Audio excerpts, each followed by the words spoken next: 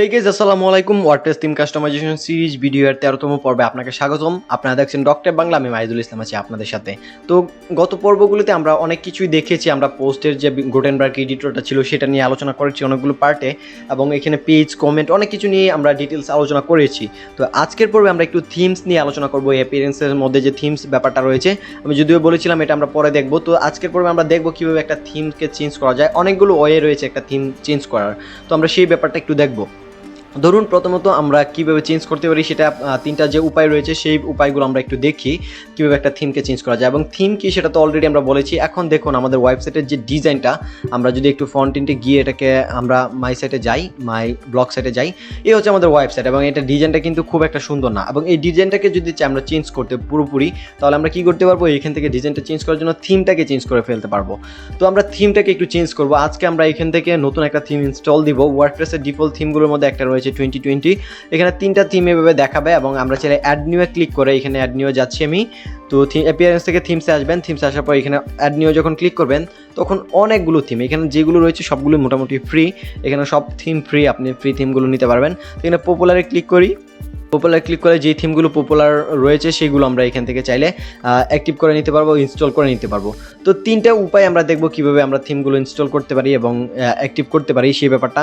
Already আমাদের 2021 রয়েছে, তো আমরা 2020 যে থিমটা রয়েছে সেটা অ্যাড করবো এবং সেটা দিয়ে কিছু কাজ করব।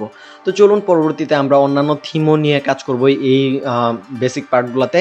তো আমরা 2020কে যদি অ্যাক্টিভ করতে চাই বা ইনস্টল করতে চাই, তাহলে আমরা প্রথমেই অ্যাপিয়ারেন্স আমাদের ড্যাশবোর্ডে যাই। আমি দেখাই একেবারে প্রথম থেকে।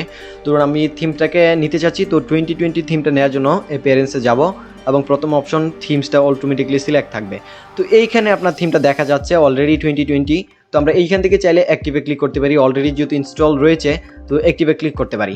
তো আমরা চাইলে কীভাবে রিমুভ করতে পারি সেই ব্যাপারটা একটু দেখে নিই। ধরুন আমরা এই থিমটাকে রিমুভ করব, তো সেক্ষেত্রে আমরা থিম ডিটেলসে যাব এবং এইখান থেকে ডিলিট এবং ওকে, তাহলে এই থিমটা আমাদের ডিলিট হয়ে গেল। এখন এই থিমটাকে আমি ডিলিট করে দিই আপাতত।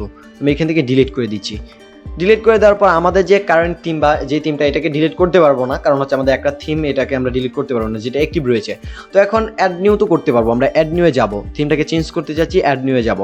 যাওয়ার পর এইখান থেকে আমাদের থিমটাকে সার্চ করতে হবে। তো আমি এখানে সার্চ করছি 2020, এখানে 20 লেখার পর চলে এসেছে।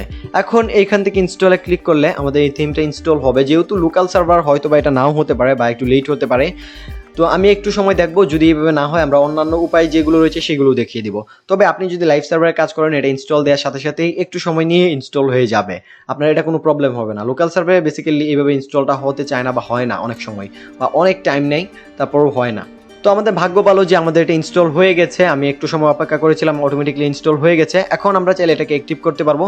যখনই আমরা এটাকে অ্যাক্টিভ করব, আমরা এটাকে অ্যাক্টিভ করে দিই, এবং অ্যাক্টিভ করলে দেখবো আমাদের 2021টা কিন্তু আবার ইনঅ্যাক্টিভ হয়ে গেছে। এটা কিন্তু এখন চাইলে এটাকেও অ্যাক্টিভ করতে পারবো। চাইলে এটাকে আমরা যদি রিমুভ করতে চাই, এখান থেকে ডিলিট দিয়ে রিমুভও করে দিতে পারবো। তো এই হচ্ছে ব্যাপার। এখন যদি আমরা এই ব্লগ সাইটটাকে রিফ্রেশ দিই, তাহলে দেখবো আমাদের ডিজাইনটা বা আমাদের ওয়েবসাইটের লুকটা কিন্তু চেঞ্জ হয়ে গেছে, একেবারে চেঞ্জ হয়ে গেছে। তো দেখুন এই হচ্ছে আমাদের পোস্টটা। আমাদের পোস্টের সিঙ্গেল পেজে ছিলাম। আমরা যদি আমাদের সাইটে যাই, এই হচ্ছে আমাদের সাইট, এই সাইটটা হচ্ছে আমাদের সাইট।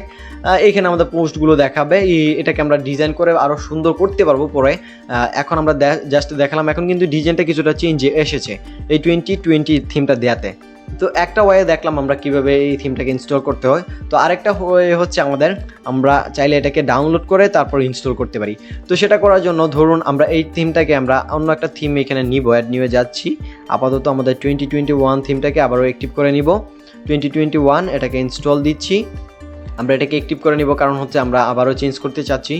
ইনস্টল হয়ে গেছে এবং এটাকে আবারও অ্যাক্টিভ দিচ্ছি। তো আমরা আবারও আগের ডিজাইনে চলে আসলাম, এবং এইখানে 2020টা রয়েছে। আচ্ছা, এটা এভাবে থাক, চাইলে ডিলিটও করে দিতে পারি। এখান থেকে ডিলিট আমরা করে দিতে পারি। তো ডিলিট করে দিলে এখান থেকে চলে যাবে। এখন আমরা আরেকটা ওয়ে দেখবো যেটা আমরা করতে পারি। তো আমরা এই থিমটাকে ডাউনলোড করে আমাদের লোকাল কম্পিউটারে রেখে সেইখান থেকে আপলোড করতে পারি। তো এটা করার জন্য আমাদের থিম ফাইলটাকে আগে ডাউনলোড করতে হবে।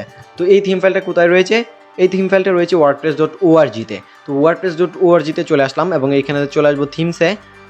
এই থিমসে আসার পর আমরা কি করব, এইখান থেকে সার্চে ক্লিক করব, অ্যান্ড দেন লিখব 2020।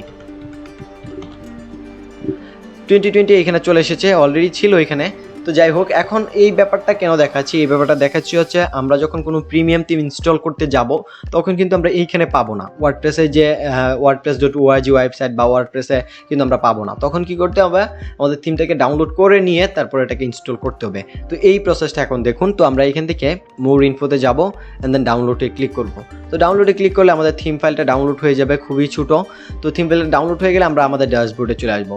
আসার পর এইখানে অ্যাপিয়ারেন্স থেকে থিমসে আসবো, আমরা থিমসে আসলাম, থিমসে রয়েছি অলরেডি। তো এইখান থেকে অ্যাড নিউয়ে ক্লিক করব অ্যান্ড দেন এইখান থেকে আপলোড থিমে যাব অ্যান্ড দেন চুজ ফাইল। তো এইখান থেকে আমরা চুজ ফাইল করে আমরা আমাদের ডাউনলোড ফোল্ডারে দেখিয়ে দিতে পারি। তো ডাউনলোড ফোল্ডার থেকে এটাকে সিলেক্ট করে ওপেনে দিয়ে দিচ্ছি অ্যান্ড দেন ইনস্টল। তো ইনস্টলে ক্লিক করার পর একটু পরে এটাকে আনপ্যাকিং এবং ইনস্টল হয়ে যাবে অ্যান্ড দেন আমরা সিম্পলি অ্যাক্টিভ করে নিতে পারবো। তো আমরা এটাকে দিয়ে দিয়েছি এবং অ্যাক্টিভে ক্লিক করলে এই থিমটা কিন্তু অ্যাক্টিভ হয়ে যাবে। তো আমরা আরেকটি ওয়ে দেখবো যেটার মাধ্যমে আমরা করতে পারি। তো চলুন সেটা দেখার জন্য আমরা এটাকে অ্যাক্টিভ করছি না, আমরা অ্যাপিয়ারেন্স থেকে আবারও থিমসে চলে যাচ্ছি। তো থিমসে আসার পর এটাকে ডিলিট করে দিব, আবারও ডিলিট করে দিচ্ছি। তো আরেকটা ওয়ে হচ্ছে আমরা ডাউনলোড করে নিয়ে সেটাকে আমরা আমাদের যে ডিরেক্টরি রয়েছে বা ফাইল রয়েছে সেইখানে রেখে এটাকে ইনস্টল করতে পারি। তো এইটা অনেক সময় আমাদের করার প্রয়োজন হয় যখন আমাদের থিম ফাইলটা এটা আপলোড হয় না বা আমাদের একটা লিমিট রয়েছে, একটা থিম ফাইল যখন সাইজ বেশি হয়ে যায় তখন আমাদের ওই ওয়েতে আপলোড করতে হয় অনেক সময়। তো সেই কারণে আমরা এটা দেখবো। তো সেই কারণে আমাদের কি করতে হবে, আমাদের ওই থিম ফাইলটাকে আবারও ডাউনলোড করে নিতে হবে। তো অলরেডি আমি ডাউনলোড করেছি, আর ডাউনলোড করার প্রয়োজন নেই। তো আমি আমার ডাউনলোড ফাইলটাতে যাব, ইনস্টল করার জন্য ডাউনলোড ফাইলটাতে যাব এবং এই থিম ফাইলটাকে কপি করে নিব। কপি করছি। তো আমাদের যে লোকাল সার্ভার, আপাতত লোকাল সার্ভারের যে ডিরেক্টরিটা রয়েছে সেই ডিরেক্টরিটাতে এটা দিতে হবে এবং লাইভ সার্ভারেও এরকম আমাদের ফোল্ডার রয়েছে, আমাদের ডিরেক্টরি রয়েছে, সেইখানেও ব্যাপারটা সেম। তো পরবর্তীতে আমরা যখন লাইভ সার্ভার নিয়ে কাজ করবো তখনও এই ব্যাপারটা দেখবো। তো লোকাল সার্ভারে এই ব্যাপারটা কীভাবে করবেন সেটা একটু দেখে নেই। তো লোকাল সার্ভারে এটা করার জন্য আমরা লোকাল ডিস্কসিতে এবং জ্যাম্প ফোল্ডারে যেখানে রয়েছে সেই জ্যাম্পে যাব অ্যান্ড দেন htdocsে যাব অ্যান্ড দেন মাই সাইট আমাদের ছিল, মাই সাইটে যাব অ্যান্ড দেন WP কন্টেন্টে যাব, তারপর থিমস নামে একটা অপশন রয়েছে, থিমসে যাব অ্যান্ড দেন আমরা এখানে 2021 নামে অলরেডি রয়েছে। তো আমরা এখানে আমরা যেটা কপি করেছি 2020 এটাকে পেস্ট করে দিব অ্যান্ড দেন এটাকে এক্সট্রাক্ট হেয়ারে ক্লিক করব। এক্সট্রাক্ট হেয়ারে ক্লিক করলে আমাদের একটা ফোল্ডার হয়ে যাবে এবং আমরা এই 2021 যে জিপ ফাইলটা রয়েছে এটাকে ডিলিট করে দিব। তারপর আমরা আমাদের যে ড্যাশবোর্ড রয়েছে বা ব্যাকএন্ড রয়েছে সেখানে ব্যাক আসবো, এসে একটু রিফ্রেশ করব। রিফ্রেশ করলে দেখতে পাবো অটোমেটিকলি আমাদের এখানে থিমটা দেখাচ্ছে। দেখুন অটোমেটিকলি এখানে এখন দেখাচ্ছে। তো অ্যাক্টিভে ক্লিক করব, তাহলে আমাদের এই থিমটা অ্যাক্টিভ হয়ে যাবে। তো এই হচ্ছে ব্যাপার। এই তিনটা ওয়ে আপনারা জেনে নিলেন কীভাবে আসলে একটা থিমকে ইনস্টল করতে হয়। আমি তিনটা ডিফারেন্ট ওয়ে আপনাদেরকে দেখিয়েছি। তো আজকের ভিডিও এখানেই শেষ করছি, দেখা হচ্ছে আগামী পার্টে। সেই পর্যন্ত ভালো থাকুন, সুস্থ থাকুন, আল্লাহ হাফেজ।